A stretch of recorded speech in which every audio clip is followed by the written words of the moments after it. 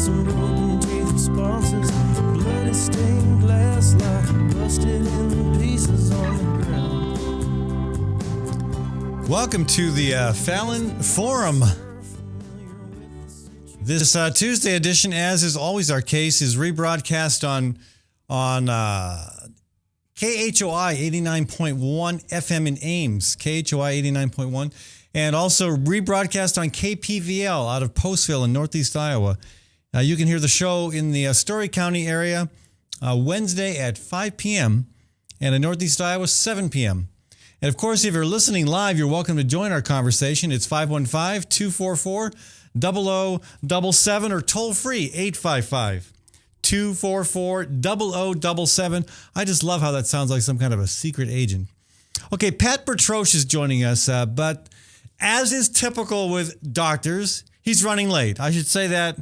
Charles Goldman is never late. Anyway, I'm sure parking is tough out there for those of you who are need to drive. I'm so glad that my car just sits there under a maple tree and doesn't do anything but grow maple trees out of the windshield. Anyway, I do want to talk about the the Steve King problem. Steve King getting an award from the Washington Post, getting an award for grievous. It's called the most grievous distinction available.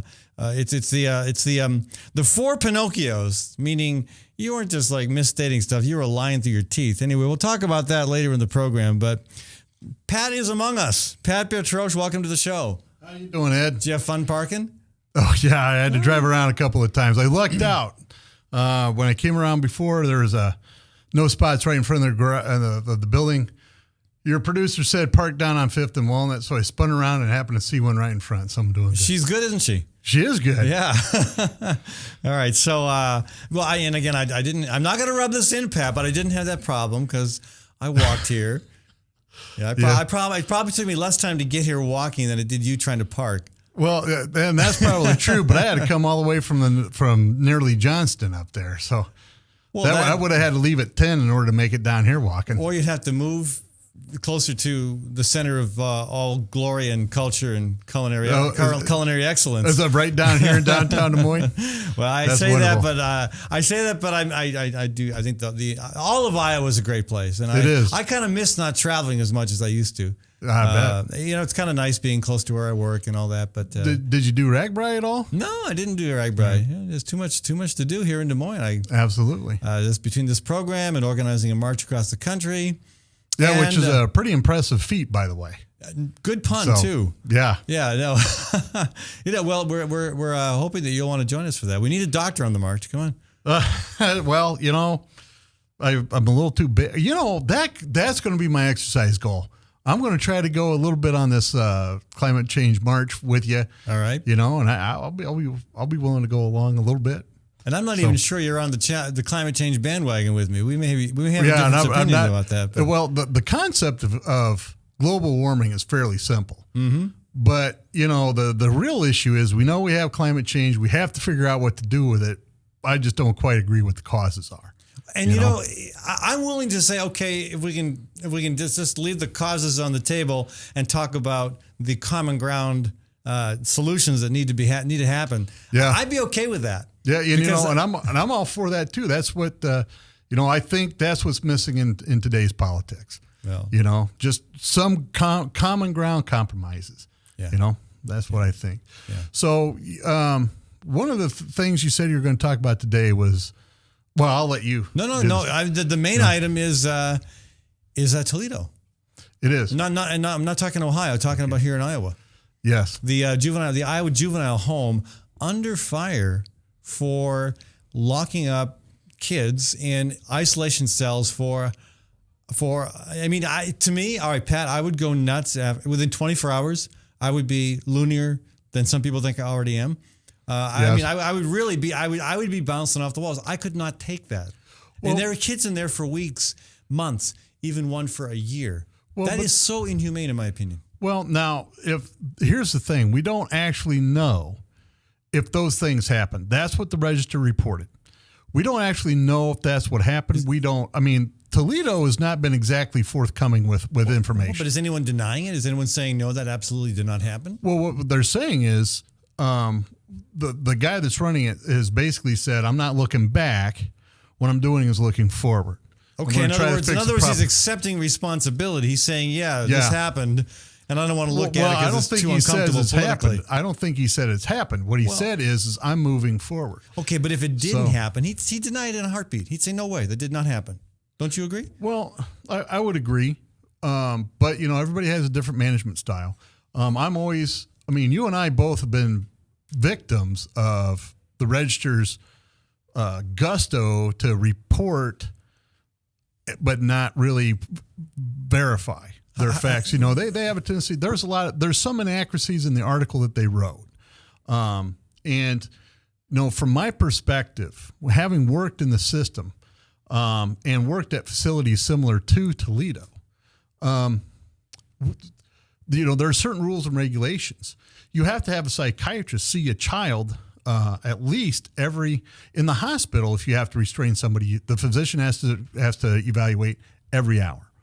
And I believe in the private facilities that I've worked at, they have a psychiatrist evaluate them every 12 hours if they're in there for that long. And now I could be wrong, but I believe that the state tries to go with every 24 hours. If they're leaving these kids in there as a prison, nobody wants that. But you also have to understand that, at Toledo, we're not talking about, innocent, beautiful. These kids are. Well, they're all beautiful, Pat. Come on. They are beautiful. Even kids that make a mistake are not, But these are kids that aren't making mistakes. These are kids that, it isn't like, they pinched a little bit of, a snack or something from the cafeteria and suddenly they're in Toledo. Yep. There's a process to get them into Toledo. Okay. And part of that process probably includes a dysfunctional family environment. Yes. Who knows what kind of traumatic actions they might have been subjected to. And I'm not saying that, at some point people have to accept responsibility for their circumstances and their actions, but is this kind of incarceration the appropriate response to those kinds of problems? Well, you also have to keep in mind there are children up there that have caused grievous bodily harm. There are children up there that have threatened to kill and have tried to kill their staff, their family. I got that. And, we have to have an honest conversation about at what point do we stop saying, well, these are just, all of them are innocent little kids, and start saying, we need to come up with a different treatment option. I'm not saying they didn't do wrong things. I'm saying we need to look at the reality behind why they may have been led to do those actions. And then in response, there's got to be a response. We have to do something to protect people who might be at risk because of their behavior, including themselves. But is incarceration in an isolation cell, does that make any sense in any way, shape, or form? To me, it doesn't. Well, and I get it. And from being inside the business, there are going to be some dirty secrets I have to expose here. But sometimes there's nothing else you can do. I don't know. Why is there nothing else you can do? You believe there's no option in any case, then in some cases, than to put a kid in a cell with no windows, a tiny cell with no windows. It's not a room. It's a cell. Let's call it what it is. It's a prison cell. Well, they call it a timeout room is what it's called. Well, that's a euphemism for a prison cell in this case. Come on. Well, and if you make a child stand in a corner in a room, that essentially is a prison cell. All right. The problem really is, we're talking. Wait, if a kid is standing in a corner, and I'm not even sure that's a good idea, but if a kid's standing in a corner, he's still got the wide open room behind him, and he's there to focus his attention on whatever it is he did wrong for a very short period of time. He's not there for a day or even an hour, let alone weeks or months or a year. Well, first of all, let's go back to, we don't know what happened up in Toledo. Second thing is, there are times when these children and young adults will be harming themselves so severely that there isn't anything else you can do but restrain them. It's kind of like this. If you have a child that can't calm themselves down, have you ever been in a crowd, somebody jostles you, and you get really irritated, but you're able to go, I'll just let it go? There are children, there are people that don't have that ability. So the only option that they really have is not necessarily isolation, but to keep them away from the stimulus that's going on around to help them calm down. Folks, I'm talking with Dr. Pat Bertroche today. I didn't think we'd agree, and that's okay. It's okay to have a free-flowing conversation that takes us in a couple different directions. If you'd like to join this conversation, we're talking about the Iowa Juvenile Home in Toledo and the story, well, the repeated stories now in the Des Moines Register about allegations of kids being locked up in solitary confinement, in one case for as much as a year. You're welcome to join the conversation at 244-0077, 244-0077. And just to put some of Pat's credentials in perspective, he's qualified because, like me, he ran for Congress. I don't think that qualifies. No, it me, doesn't but- qualify you at all, actually, or me for that matter.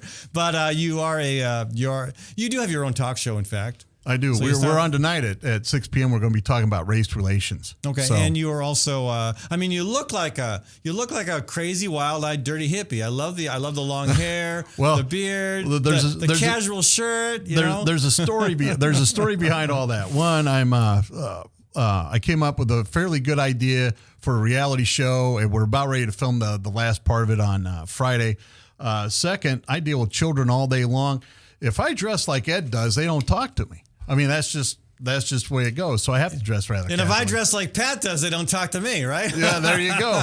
So here's the progressive with a nice white shirt on and his dapper little suit coat. And You'd be surprised at how many conservatives there are that dress like me. All right, well, good to know. Good to know. I see. Maybe we're coming around to some common ground here. Yes. Okay, absolutely. so all lightheartedness aside, this is a pretty serious issue. It is. It's very serious. Again, we welcome your conversation, your comments on this. 244-0077. Let's go to Dave Spencer from Williamson. Dave, welcome to the program. Hi, Ed. How are you? Not too bad. It's cloudy down here and it's kind of muggy, but it's okay. But I'm doing pretty good here. Good. I've been listening to what Pat's been saying about how the justifications for locking up these kids in isolation, and I have the same problem with long-term isolation in prison as far as that goes too. But I think we have to get beyond just the idea that somebody does something wrong and we punish them. I think we have to go more like you said. We have to go to what is the core problem here, and maybe try to solve some of the problems instead of just focusing so much on punishing. Yeah, that's my question, Pat. How does locking a kid in an isolation cell solve any problem? Well, here's what it is. The truth is there are some people that are not going to respond to what is typically done. They're just their children that are not going to do that. There are people that won't do that. Usually what happens in these facilities... I guess I'd have to disagree with that, Pat. I mean, yeah, there's going to be some that are incorrigible no matter what, but this is an institutional practice that happens to everybody that makes some sort of infraction. I mean, and it's just about punishment. It isn't about where the psychiatrist goes in. The psychiatrist goes in to check them out and make sure they're not going, absolutely stark raving nuts in there. But there should be some sort of therapy process going on to discover what the root causes of the child's problem is and maybe work towards fixing some of that, at least during the time while they're in isolation, instead of just warehousing them in isolation cells just because they did something bad. Well, you have to understand that by the time they get to Toledo, they have had all the other options that they could have. It isn't that Toledo is the first stop for these kids. Toledo often is the last stop. They've had all the other therapy that they can have. They've been at. Sorry, I think if we try to give it, if we just give up on kids, well, we've done all we can do, so that's it. And then that's the reason why we have this revolving door prison system, is because that's basically what happens in prison with adults. Is you go into prison and you sit there for 5 years or whatever the time is, and then you're kicked out on the street. And then as the system works, most of the time you get better criminals on the street then, because they learn from the mistakes of other people that got caught, and they continue their criminal behavior because nothing was done during the prison time. Well, and I'd say this, Dave and Pat, I'm not willing to give up on any human being. I mean, there are some folks who appear and act so evil. Adolf Hitler comes to mind, that you can't imagine, any circumstances in which they would become a decent person. But, especially with kids, I mean, kids are, and I would say that about everybody generally, but with kids especially, gosh, there's always an opportunity for them to for something to go off, the right conversation, the right education, the right adult contact, the right context. At some point they can achieve restoration. They can be healed of whatever demons are plaguing them, and be functional members of society. I would hate to think that Toledo is the last stop for a kid who is so troubled that there's no hope, because it really isn't the last stop. If that's the case, Pat, then the last stop is Anamosa or Fort Madison, or a federal penitentiary. Well, and the truth is that's where a lot of these kids wind up. Then maybe we're not doing the right thing at Toledo. Well, I agree. but you see, it's now. Don't get me wrong. I'm not trying to defend Toledo. I don't know what happened up there. I'm trying to give people some insight as to what goes on, at least from the psychiatric viewpoint of how these kids wind up there. Nobody in the facilities I've worked with wants to give up on kids. They don't. That's not what we do. But comes a point in time when, what do you do with a child or a young adult who is actively making weapons to assault people with, who say right before, who say explicitly, if my mom or my dad or this person comes into my room, or if I have to leave with these people, I'm going to kill them. At what point do you go, well, hold on? I mean, do you take Ed's approach and your approach where you go, well, all right, well, let's talk about this. Well, You've done all the talking you can do at this point by the time they get to Toledo. And they do have a program in therapy, but at some point, sometimes these kids aren't, that is their goal. I'm not arguing against those programs. I'm arguing against the cruel and unusual punishment that is isolation. And that's my argument is that we just simply seem to focus on punishment rather than, at least during the time of punishment, that they also receive some sort of corrective treatment.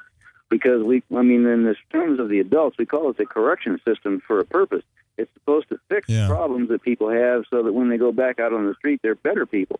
But in my experience, when I was in prison for 4.5 years, you got a substance abuse counselor that sits out on the yard and says, hey, all you guys got to do is figure out what it is we want you to say and then tell us those things so we can get you out of here and get you home. What kind of a treatment program is that? Yeah. And I think that's probably what's going on with the kids, too. Well, but that isn't what's going on up there. Prison is much different than these group homes that they put the children into. The two are not similar. I mean, that's what they're trying to make. They're trying to make the isolation cell sure looks similar. I've seen that at Mitchellville. Well, it doesn't seem a lot different than what they're doing at Toledo. Well, but do you want the problem with the isolation cells? When people look at them, it looks awful on the outside, but you have to keep in mind, you don't want a lot of stuff on the inside that people can hurt themselves with or fashion weapons out of.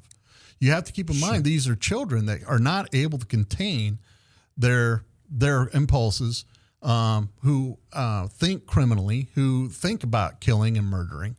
And what do you do to keep them safe and your staff safe? But a girl in her mid-teens, 5 months in isolation. It's called cognitive behavioral therapy.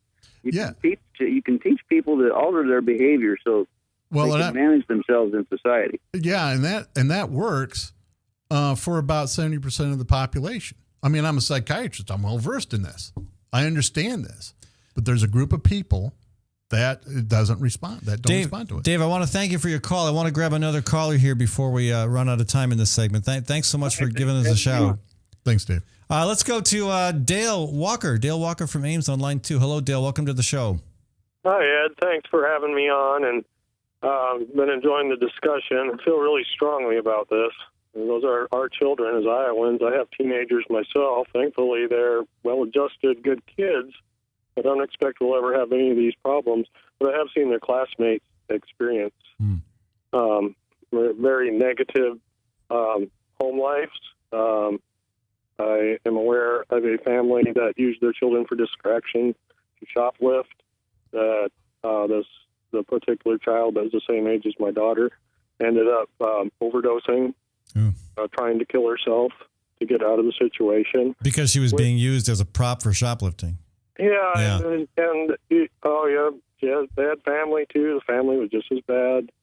I don't want to go into a bunch of details about them. My point is that here we have the state rescuing rescuing these children. And then what kind of a rescue is it when we put them right into a punitive environment? It's I mean, a child understands the concept of freedom. They're going to rather be with their family than go to a prison because they've had a bad background. They know what to expect there. They like as the last caller has experience in the prison system, these children have knowledge of that too. And then what they get when they get into the DHS hands, into any of our facilities' hands, is they get a bunch of people who don't understand them, who have never been there. They see the people, but they do not have a level of understanding that shows to the, it's in the mental health industry, we call them consumers, that shows the consumer that they are understood. We stereotype them, we pigeonhole them, we don't really hear them. I think they could make big improvements there at Toledo by giving the children more responsibility, so the children would be the ones running the place, so that they would grow up with knowledge of how to help other people. They have the experience. They can help the other people. Could even transition the children as they mature into the staff at the facilities. Dale, there would be major improvements. And go ahead. I was just going to say, I can't find a single thing you're saying that I disagree with, but I want to give Pat a chance to jump in here. Please. Well, I think you hit the nail right on the head when you mentioned DHS. Working with DHS the way I do frequently, it's one of these government agencies, and I know Ed likes a lot of government. Wait a minute, where'd that come from? Well, we can have another conversation about that. I had to get that one in. But one of my proposals as a candidate for governor was to totally reorganize the Department of Human Services, absolutely, because of this kind of problem. Absolutely, and this is a problem that goes on over and over and over. Now, I didn't get permission from my boss, essentially at one of these group homes I work at, to mention, but our philosophy at this privately run group home is we never give up on children unless somebody is directly is going to be in danger. We're trying to get away as much as we can from isolation rooms. And we have a tremendous success rate. DHS fails these children almost every time they come into the system. Yep. There's people over at DHS, the social workers there, they do their best with the limited resources and time that they have. There's far more chiefs than Indians over there. They're always hiring somebody to administrate, but nobody to actually do the therapy, to evaluate what's going on. They're very quick to remove the children from the home. They're very quick to believe children who lie and get their families in trouble. And then it's just a whole other ball of wax. Let me switch gears here for a second. We don't have too much time left in this segment. And Dale, you're welcome to jump in on this too. I'm looking at accountability. Okay. And again, I'm assuming that this is true, Pat, that children have indeed been put in isolation cells for, I know you're not willing to say it's absolutely a fact, but given the evidence. It's from the register, you never know. No, but given the evidence presented, it's pretty clear that it happened. I'm not even sure it's an opinion, but I'll call it an opinion. A comment on the Ames Patch article that came, I'm not sure when it came out, but sometime in the past week, there was an article and there's a comment from some former residents at Toledo homes there, so they're verifying it. Yes, they are. Well, and it's no surprise. Well, here's my question: is Governor Branstad has been very aggressive about rolling heads when those heads do things that he considers inappropriate. Consider Larry Hedlund, the 25-year veteran of the Department of Criminal Investigation, who blew the whistle on his car speeding along the highway in northern Iowa. Consider Chris Godfrey and other people who just didn't quite fit in with Branstad's agenda, or maybe they rubbed him the wrong way.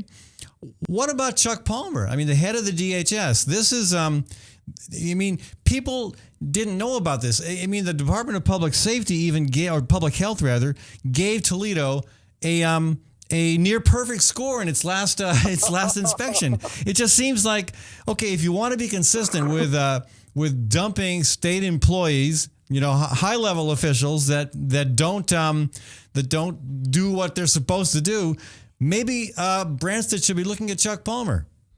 And maybe you should just put the flunkies in charge, flip the table upside down, and have those administrators do some direct care of people. And this would apply to even the private assistance agencies that are out there. Well, us flunkies, the ones who do the dirty work every day, we know this business pretty well, and our voices are not being heard. We have a lot to give to this industry and to give to our neighbors, and for the benefit of everyone. Flip the table upside down. Well, Dale, I appreciate the work you do, and your perspective, very welcome in this program. Thank you so much for calling. You're welcome. Pat, your take on my suggestion that Branstad actually ought to try to hold somebody with the DHS. I would suggest Chuck Palmer, the head, accountable. Oh, yeah. I'm a big fan of getting rid of the government. And, I'm not saying get rid of it. I'm just saying find the bad apples. Well, but then it comes back to you can't because they're union workers. Chuck Palmer's not a union worker. He's the head of the Department of Human Services. Well, he doesn't need a union to represent him. But you can't fire people that are bad. Well, but Branstad does it all the time. Well, he dumps people all the time he doesn't like. Well, I'm all for. Now, I don't want to. Here's my thing. From what I understand, Chuck Palmer just got done Chuck Palmer's been there at the DHS for quite a while now. When I first got elected in 1992, he was head of the department back then. I mean, he was gone when Vilsack and Culver were governor, but Branstad's back. Chuck Palmer's back. But look at the problems they're having. Well, but these are problems that have been long-standing. These have been problems that were occurring when Governor Ray was in charge. I don't know that. When Governor Branstad was in charge, when Governor Culver and Governor now, do you know Vilsack, that for sure? I was working in the system. So you're saying isolation was used back during the two previous governors? I mean, it may have been. I'm not sure, but I don't know that. Yeah, I mean, isolation has always been. Timeout rooms have always been part of. Gosh, that is such a euphemism. Timeout room. Well, that's what they are. I mean, that's for 5 months. Well, I'm not now speaking specifically about Toledo. I don't know, but I do know that's been a treatment modality for as long as I've been in psychiatry. Because what else are you going to do when a patient really is psychotic, or when a patient is going to hurt themselves or hurt somebody else? Now, back to your comment, I'm all for getting rid of a lot of the chiefs over at DHS. I think that they need to pare it down. I think they need to take a lot of that money and put it back into hiring more people that actually do on the front lines. I would totally agree with that. So you and I agree with that. I would love to see the DHS, and this was my proposal when I ran for governor, decentralized. Take that presence at the Hoover Building down to a bare minimum and make it a much more grassroots, decentralized program where you've got direct workers having much more contact with clients, much less paperwork, much less bureaucracy, and a much stronger approach toward rehabilitation, toward restoration. Less emphasis on just punishing. That may be where we disagree. But anyway. Well, and I agree we need to have less emphasis on punishment. For the most part, that's where we've been going as far as the psychiatric community goes. But what do you do to those people that don't respond to the treatment modalities you have? Well, we send them to Congress. There we go. Oh, yeah. So then they can punish the rest of us? I don't think so. Well, it's already happening. Oh, anyway. man. All right. Anyway, Dr. Pat Bertroche joining me for this conversation about the troubling conversation about the use of isolation cells at the Iowa Juvenile Home in Toledo. I have a feeling that this conversation is going to keep going. There's a lot of deep concern about what's been happening, and still plenty of questions as the detail of it as well. One thing I want to say is I am very sympathetic to these children that wind up in these facilities. They've gotten there through a process, and my heart hurts for them. And I don't think that they should be treated less so than anybody else. Thanks, folks. Hey, we're going to take a short break here. When we come back, we're going to talk about Steve King's problems. He's not too good at math, apparently, because he says for every one valedictorian that crosses the border, there's 100 drug smugglers. Apparently, the math doesn't add up, and he got a 4-star Pinocchio award from the Washington Post because of that. He also, I have my own questions about the reference to cantaloupes, the comparison of cantaloupes to marijuana, and I really want to know how many cantaloupes does it take to equal 75 pounds worth of marijuana? I have that answer. I looked it up for you. Well, good. We'll talk about that after a short break. I do want to remind folks listening on KHOI 89.1 FM in Ames, or in the Ames area, that this is a recorded show from Tuesday. If you're listening live, you can call in at 244-0077 or toll free 855-244-0077. Same goes for our friends up in Northeast Iowa listening on KPVL 89.1 FM. We'll be back in just a few minutes. I do want to thank the Iowa chapter of the Sierra Club and also Iowa Physicians for Social Responsibility and the Great March for Climate Action for sponsoring this program. I want to thank Gateway Market and Cafe for being the segment sponsor of this show. Gateway Market is the 20th in Woodland. It's a fantastic grocery store, also a great cafe for breakfast, lunch, and supper, and they've got a catering service. I also want to thank some of my other business supporters, including the Fighting Burrito, both in Ames and Des Moines. Burritos for a very, very affordable price that you get to custom make yourself. I also want to thank Sergeant's Garage at 6th and College in Des Moines. And I want to thank Tally's Restaurant Bar and Catering in Beaverdale at 2712 Beaver Ave. I'll be back in just a couple minutes, folks, with more conversation on the Fallon Forum.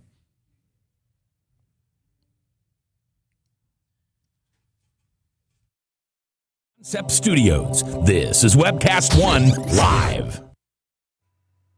Drug and alcohol addiction slowly steals a person's identity, tearing away pieces of their life little by little until one day it seems like the hope of a happy future is gone and there's no chance of getting it back.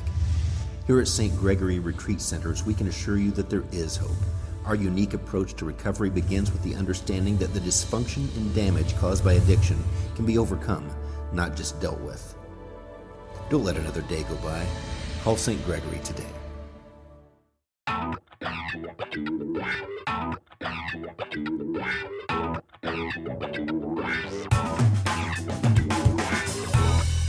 Well, good morning. This is the 7th of June in the Lord's year 2010, and this is day 1 of WebcastOneLive.com. We will begin with Max World Live with my special guest, Tom Coates. In just a minute, there's Tom. Wait. Howdy. And we will be live for the very first time on Webcast One Live.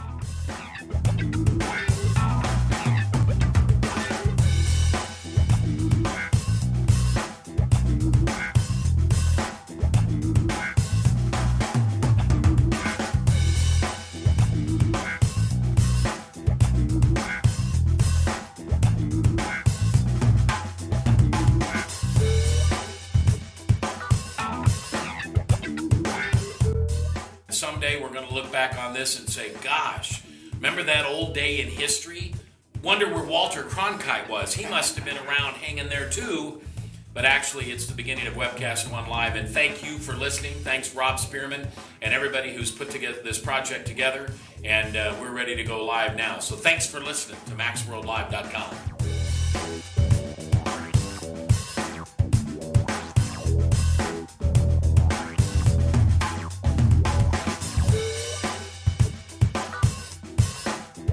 I can't tell you that it's going real well from time to time, but it is going, man.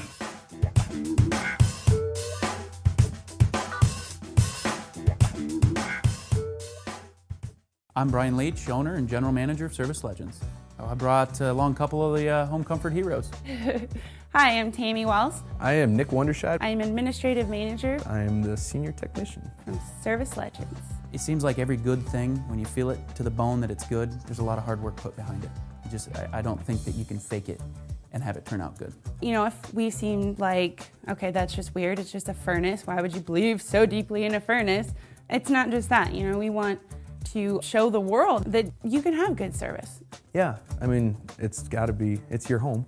You know, it's built into our daily trainings, it's built into our culture, that we're going to do whatever it takes to have each client say they love us, period. That's why we spend all the hours in the training that we do. And if we guarantee it's going to be a good experience for you, or else it's free, what type of work do you think we're going to do? There is a guarantee. Temperature selection guarantee, fixed right or it's free guarantee, comfort guarantee, best value guarantee. All of these guarantees hold us accountable to ensuring that we exceed your expectations. And if for whatever reason we'd fail and we can't make it right, we guarantee all of those guarantees with a 100% money back guarantee. I mean, if you don't think that your technician can fix it right, are you gonna say that to a client? No. You don't have to worry about having a technician come to your house. We drug test, background check all of our team members. We put safe people in your home. Each and every one of our service techs, 400 hours a year in training. You tell it the minute they walk in the door. They know what they're doing, they've done their homework, and they actually truly care about what you want. Because at the end of the day, you're the person that makes sure I have a job. They're gonna be listening. They're gonna wanna know what your challenges are. Then they're gonna come and give you options, and you get to choose. If I'm there to help and I make it easy and painless, I did my job right that day. Well, when it comes to your comfort, safety, and your family, you don't necessarily go buy the most expensive, but you get the most bang for your buck. Oh, it's worth it because there's a lot of people that will find a way to get it to work right now and then leave and then come back, charge you again, and the cycle just repeats itself. So when I'm out there looking at the furnace, I want to find why it failed today. How can we change the part today with something that you're not going to have to worry about? Is it worth changing the part today? I mean, you can put a lot of money into a furnace. I can fix parts all day. There's good job security in that for me. But is it the right thing for you? I get a lot of the phone calls of after the technicians are there. They're just in awe. They're like, wow, you guys are great. I mean, I don't even know what to say. You guys are great. Everything you did was perfect. It was great. Keep going though. I like this. Just give us a try. I'm gonna take all the risk. I've got the time to make this right. I've got the support to make it right. Just check us out. And if you don't see the value in what we do, I mean, fixed right or it's free or 100% money back. enough said.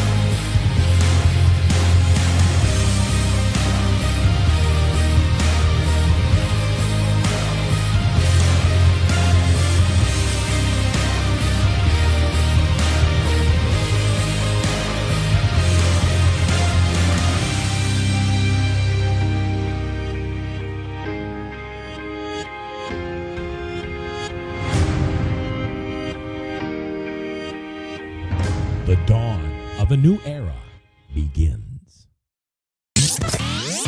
From the RE/MAX Real Estate Concept Studios, this is Webcast One Live.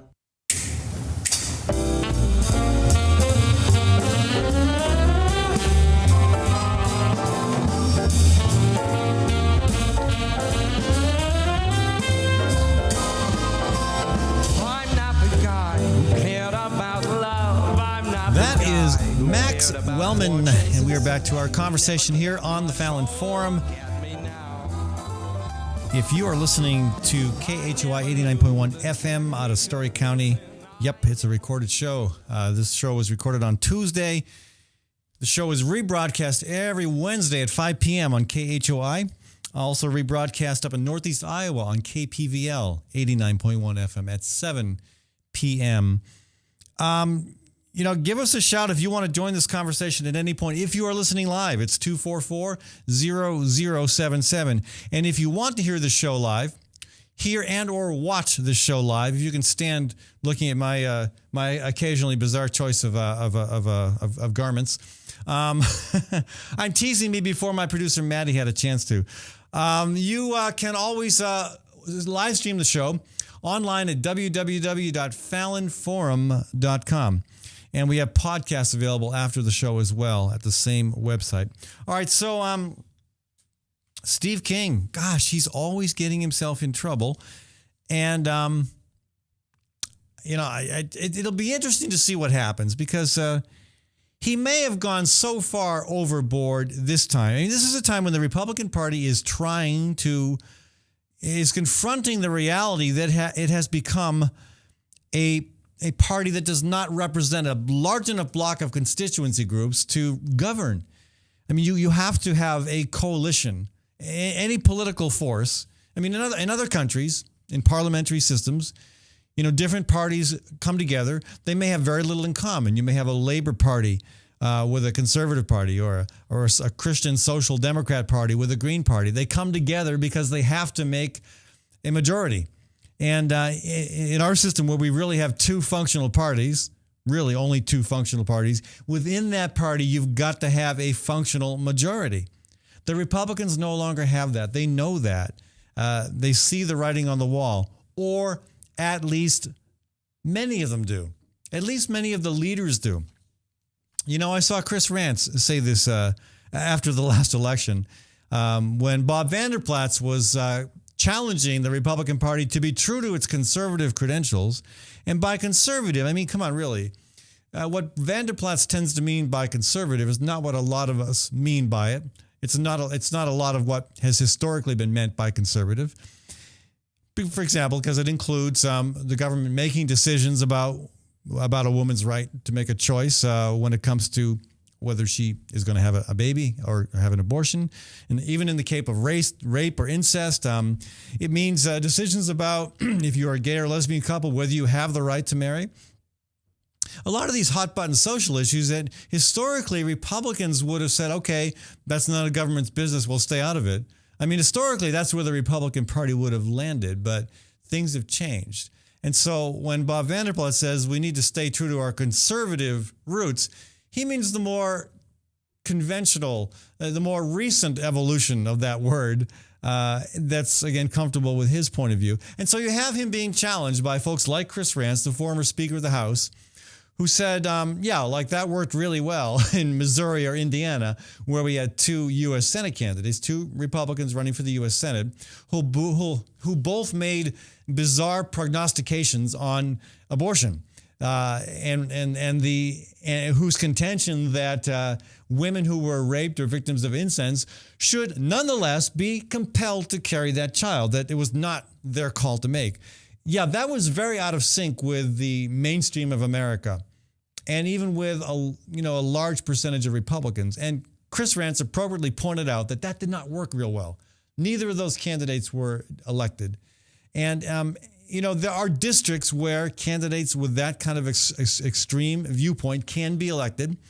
And apparently one of them is the 4th District of Iowa, which we used to refer to as Western Iowa. You can't really call it the Western Iowa District anymore because Tom Latham's district includes the bottom third of Western Iowa. And now Steve King's district is the top 2/3 plus a chunk of north central Iowa, including Story County. So when Steve King says these crazy things and gets away with them, people assume, I hear this all the time, people assume that folks in the 4th District are just as bizarre and out there on the issues as he is. And I know the state well enough. I've traveled to every county in that district at least 3 times, some of them 6, 7, 8 times. I know the state well enough to know that there's a lot of really, really good people throughout that district. And I'm not, by good people, I don't mean Democrats necessarily. There are some schmucks who are Democrats. There are also some great people who are Republicans. So, there are probably more people in the 4th District who subscribe to the Bob Vander Plaats, Steve King definition of conservative than the Chris Rance viewpoint of it.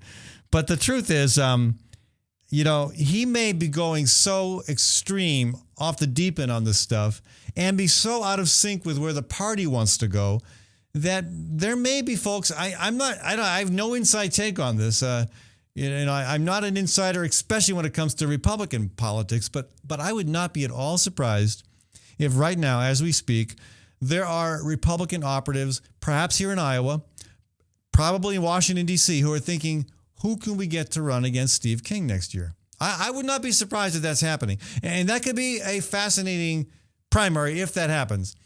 Because people tend to think that Steve King is invincible, that there's no one that could ever beat him. And they look at the evidence of what happens in the general election. We've got Democratic candidates who run hard, who are attractive candidates in many cases, and for one reason or another, who in some cases, like in the case of Christy Vilsack, in a new district that includes Story County, raised a heck of a lot of money and still can't pull it off. As close as she came was 8 percentage points. Now, that's a little closer than candidates, Democrats running in the past have come, but still, it's not even close enough to call it a really close race. So I think people are realizing that if Congressman King is vulnerable, it's going to have to be within his own party. Again, you've got a much smaller universe of people who vote in Republican and Democratic primaries. You've got a lot of folks in general elections, voting in general elections, who don't even, those of us who listen to, who are involved with talk radio, know about the stuff he's saying. Those of us who are really paying attention know the stuff, but I understand there are plenty of people whose lives are so busy or who find this stuff so objectionable that for one reason or another, they're not tracking this stuff. And they meet Steve King. Steve King is a very personable man. I got to know him when we served together in the Iowa legislature. We actually worked together on some stuff. Talk about human services. Pat Bertrosh and I discussing the human services issues. Steve King and I were on the same page of some of that stuff. Okay? Interesting.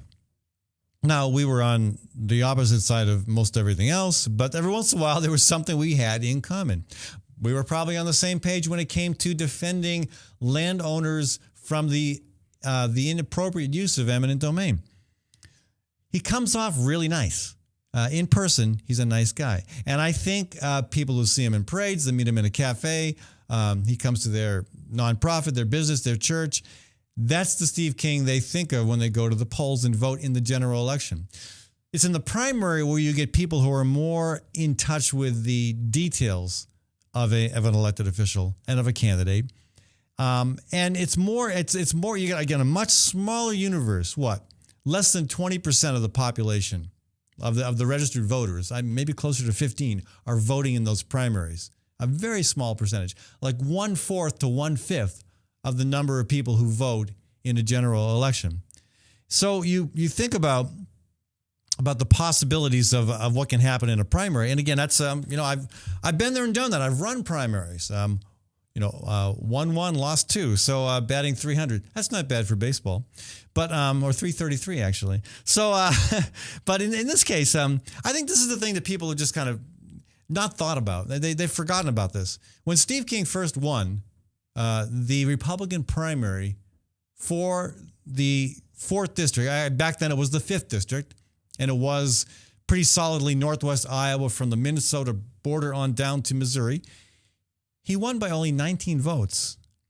19 votes in convention. Now, convention, it means it went to the 2 precinct committee people from every precinct in every county in that district. There were about, I want to say, 500 people who attended that convention. 500 people elected by Republicans in those precincts. Now, that's a fairly small group. And again, a group that tends to be more, quote, conservative. Again, I'm defining conservative here along the lines above Vanderplatz.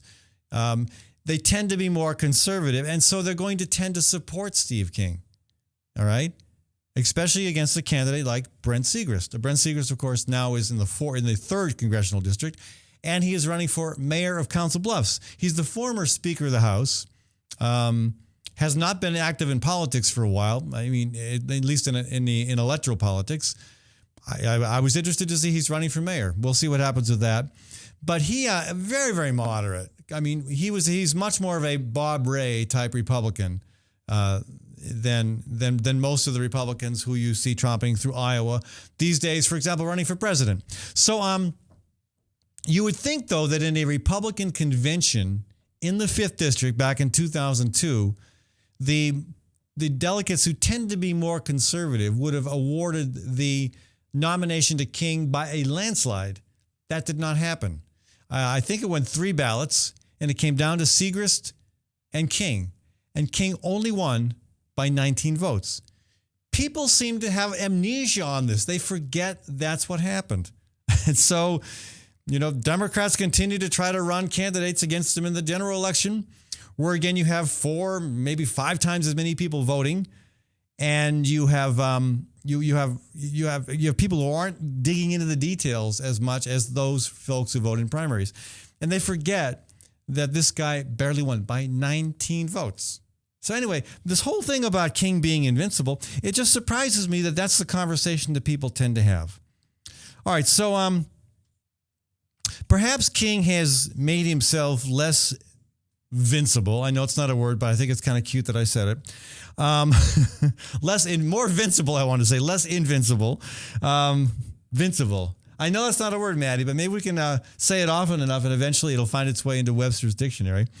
But he's getting lots of flack here all over the country. I mean, I have people who have been tuning into his appearance on CNN, on Steve Colbert, and saying, what is this guy talking about? Because what he did say was fairly, and again, you've probably heard it by now, but I'll read you the exact quote. He's talking about immigrants crossing the border, and he says, for everyone who's a valedictorian, there's another 100 out there who weigh 130 pounds, and they've got calves the size of cantaloupes because they're hauling 75 pounds of marijuana across the desert. I mean, there's all sorts of reasons why that is just incredibly bizarre.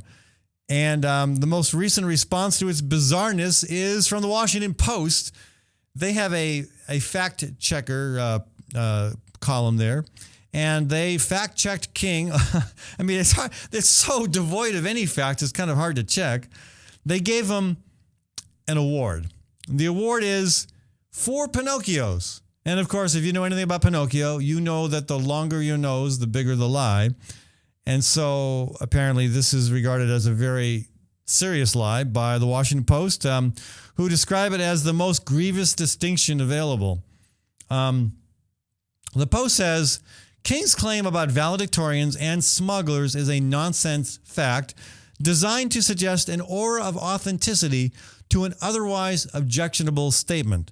It appears King heard something from someone he has not named and had blown it into, quote, facts for which he feels little need to provide evidence.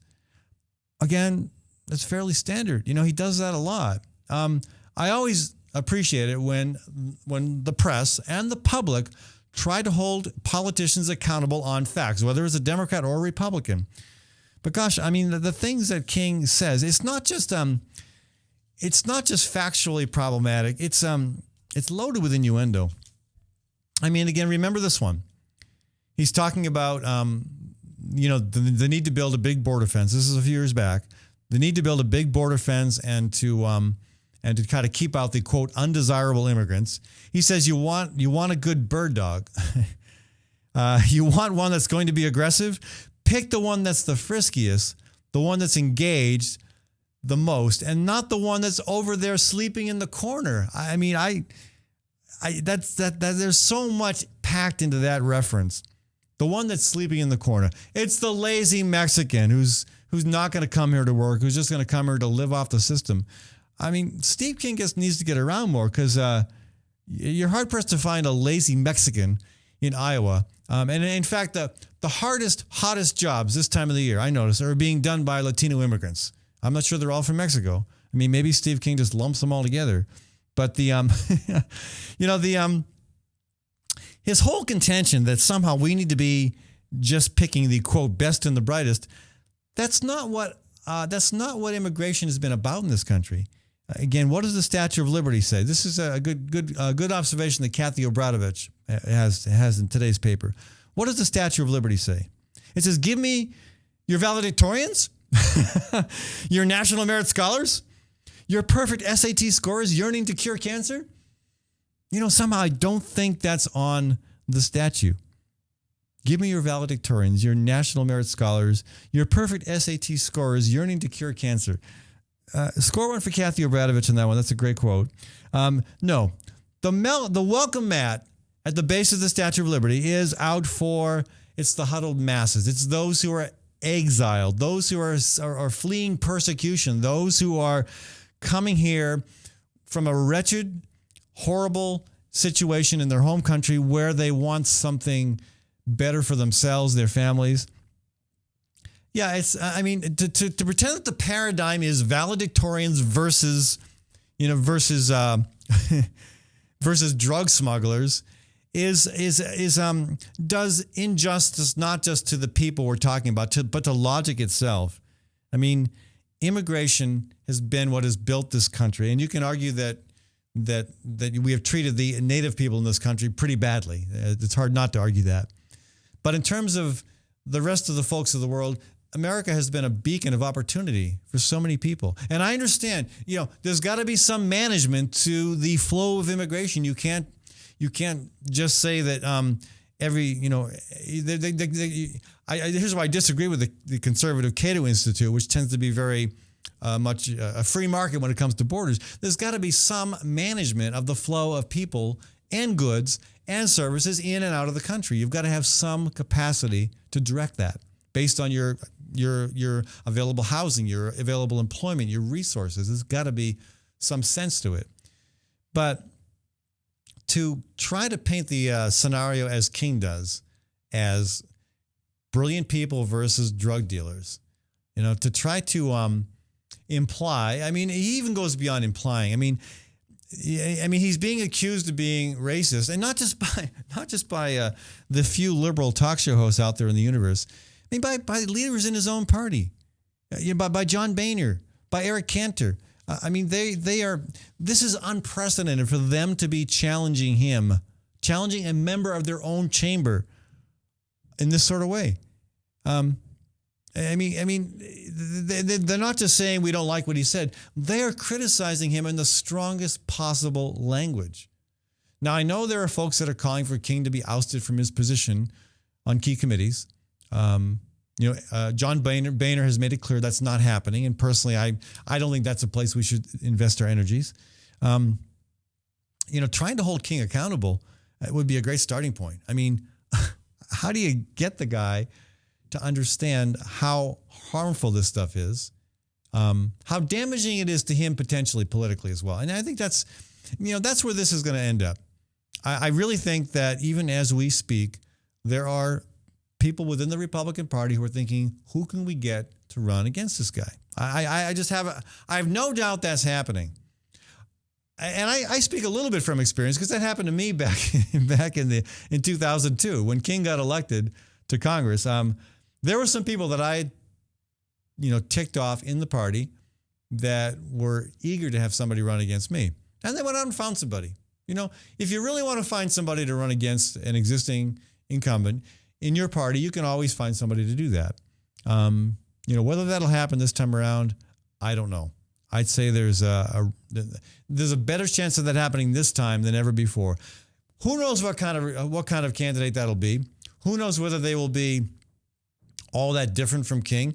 Maybe the way they'll be different from King is just to keep their mouth shut and not say extreme things that tend to distract from the other purposes you might want to be in Congress for. Anyway, it has been a fascinating week in politics here in Iowa, and we're not even halfway through the week yet. Okay, again, I'm sure we'll be hearing more on that. When we come back tomorrow, folks, on the Fallon Forum, we're going to be talking about with Adam Mason with Iowa CCI about the so-called Fix the Debt campaign. Also looking at some of the commentary by Bruce Rastetter on corporate agriculture. And a fascinating conversation with Julia Crawford. She is a landowner in Texas. She and her family have had their land condemned by TransCanada in the pathway of part of the Keystone Pipeline. Fascinating to hear some of the things that they are having to deal with that I think that made my skin crawl just to hear about it. We'll talk with her tomorrow as well. Again, thanks, folks, for listening. If you're on KHOI in Ames or KPVL in Northeast Iowa, you can always listen to this show live, noon to 1, every Monday through Friday on FallonForum.com. I want to thank the Iowa chapter of the Sierra Club and Iowa Physicians for Social Responsibility, also the Great March for Climate Action. And I want to thank the Immigrant Entrepreneur Summit for sponsoring this segment of our show. That's the IES. Folks, that's coming up on November 9th. It's a great opportunity to learn how to start and grow your business. It's at Drake University. More information at iesusa.org. I also want to thank Dan Kelly and his real estate business out of Newton. Been a great supporter of this program. I want to thank the Ritual Cafe at 13th and Locust, and also Hawk Restaurant in the East Village, where 90% of the food that they serve comes from Iowa farms and producers. So thank the businesses that make this show possible. I want to thank my producer, Maddie Arrington. I also want to thank Webcast One Live for providing the studio. I'll be back tomorrow. From the RE/MAX Real Estate Concept Studios, this is Webcast One Live.